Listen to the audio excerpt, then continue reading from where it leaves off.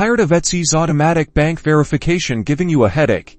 We're diving into the manual verification workaround, so you can get paid. First, log into your Etsy Shop Manager, and navigate to Shop Settings, then click on Payment Settings. This is where you manage your shop's finances. Next, find the Bank Details section, and if your automatic verification with Plaid failed, you should see an option to verify manually. Click on this. Here's where you'll need your bank account information. Carefully enter your bank's routing number, your account number, and the name of your bank, ensuring that every digit and character is correct.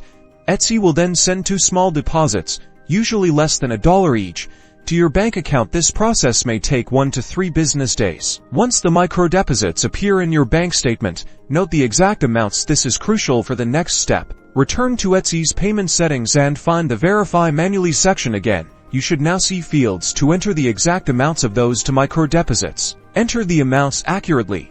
Hit Verify. And if everything matches, congratulations, your bank account is now manually verified on Etsy. You are ready to receive your earnings.